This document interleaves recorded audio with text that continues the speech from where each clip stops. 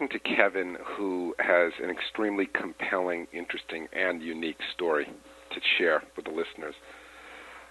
Kevin, could you describe in as much detail as you can what your condition was that resulted in your coming for help? Well, the physical symptom of my condition was sweating. Was what I now know as hyper-hidrosis, and as a reflection of anxiety I would feel in either social or business situations. And I would have episodes that would be unpredictable, meaning I could be in a situation where I might expect to feel anxious or stressed and have no symptom, or I could be in a situation where I would think or I might predict that I would be comfortable, and where I would have symptoms of anxiety that would be manifest in sweating. Okay, and could you describe in a little more detail? So you would be in one of these situations, and then what would happen to you? It's either some unexpected either turn of attention towards me, or criticism of me, or direct challenge to me, would either catch me off guard or catch me in a way that I wouldn't expect it, and my body temperature would rise. I would feel sort of a fight or flight reaction, and I'd start to perspire.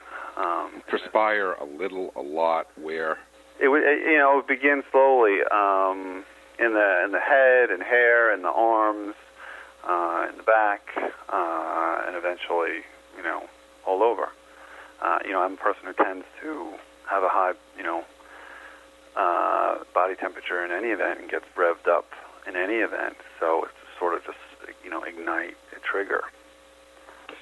All right. Now, you are a pretty active guy. You're a successful lawyer. How was this condition impacting your life?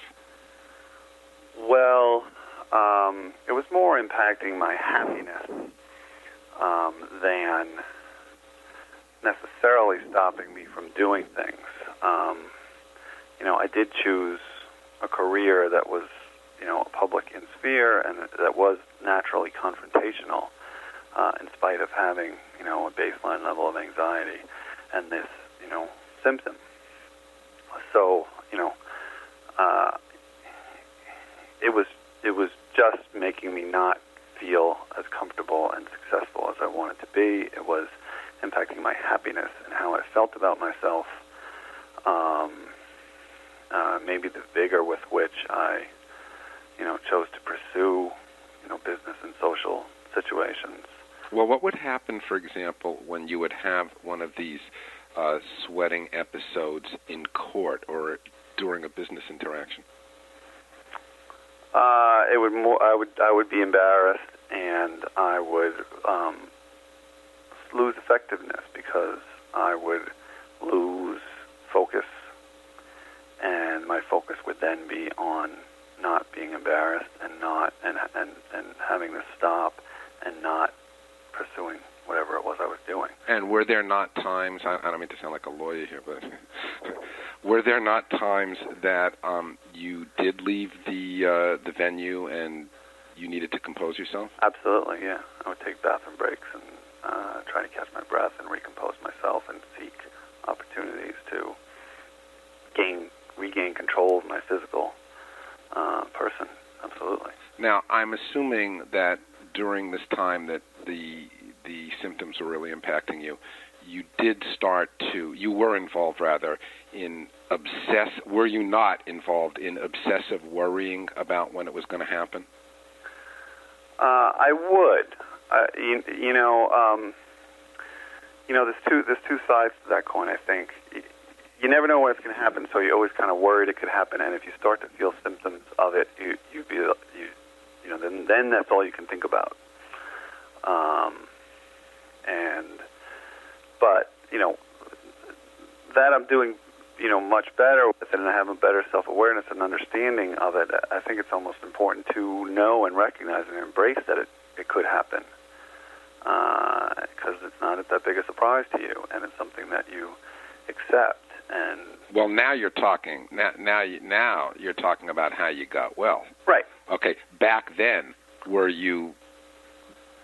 You were involved in obsessive worry, and that was one of the things that was creating the symptoms more and more. Okay, so listen. Yeah, but I think you tend to pretend and avoid, your condition, and avoid thinking about that you suffer from this condition, that you have these symptoms, and you'd rather pretend that that you're a very confident person who doesn't have this level of anxiety, and so you don't deal with it. Excellent point. All right, now, for the sake of relativity, the symptoms, the problem, the impact, happiness, mood, etc., on a scale of 1 to 10, if you started, again, for the sake of relativity, at a 1, where would you say you're at in terms of meeting your therapeutic goals, expectations, etc.? I would say 8 plus.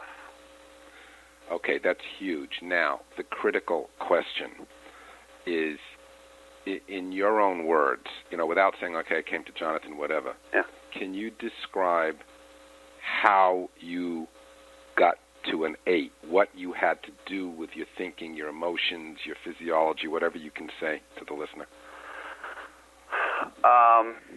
It's going to sound kind of like, oh, it's so easy, and I mean that sarcastically. For me, it's been a matter of accepting it, and understanding that I have a physical symptom that comes with adrenaline, that and also is paired with anxiety, and it can go good and it can go bad. But I have to know that is a way that I react, and to work with it. Okay, talk about, because this is very confusing for most people, talk about the acceptance dynamic. A part of what would make me anxious and sweat is when it would start. You'd start to worry about what are people going to think about me if they can see me sweating and seeing me being nervous or anxious, and then it sort of feeds upon itself. When I start to let go of, well, I don't really care if people see me sweat, or I'm going to have to live with the fact that people might see me sweat, then I become much more in control of the level and frequency of whether I do sweat at all. You told me a situation recently where you were at work, you were in some kind of meeting, yep. And you did sweat. You felt the sweating happening, and you were able to do something that really aborted the cycle. Well, I was in the middle of something, and I was presenting, and there was no opportunity for me to really leave or try to gain control or flee, I guess. So to not fight, but to flight, engage in flight. And, rather than just sort of sit there and crash and burn and be a sweaty, ineffective mess, I decided I'm really going to care more about doing a good job of what I'm doing right now, which I know I'm very good at. And if I sweat, well, everyone's going to, have to understand that and live with it, because, that's who I am. And the sweat slowly started to subside, and I did a really good job. And, people saw me sweat a little bit, but, I think at the end of the day what they saw is somebody who did an awesome presentation. Great. Can you just go for another moment? When you say that the quality of your life is an 8-ish now, describe that. Well, I spend a lot more time thinking about being in a good mood and feeling good about myself and trying to be me.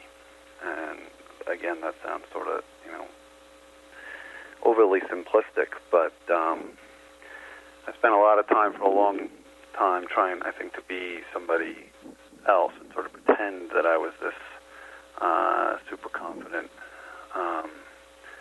other person, rather than being great at being me. I was trying to be somebody else.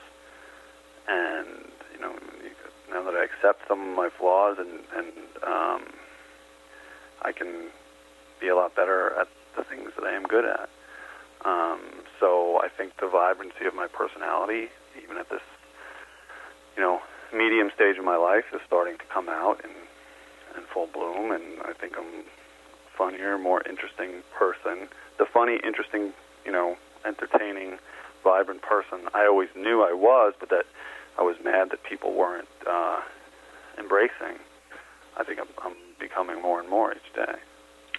So what you're describing in our terminology is that you really invested in some self-nurturing, and you put your internal critical script in its appropriate perspective. Yeah, and it's still there, and it's I liken it to being somebody like an alcoholic, or somebody who has habits that they need to deal with. There's a tendency to be overly critical for me to be overly critical, and I have to catch myself when I start to do it. And it gets easier and easier. At the beginning, it seemed not hopeless, because I had great hope for myself, but a very daunting task. And now I know when I'm starting to do it, and I catch myself, and I start just doing things in a much more positive fashion. And it's just life is coming a little easier. Excellent. One last question. Any other specific piece of advice that you would give to someone who's suffering from the same thing? You can work on it.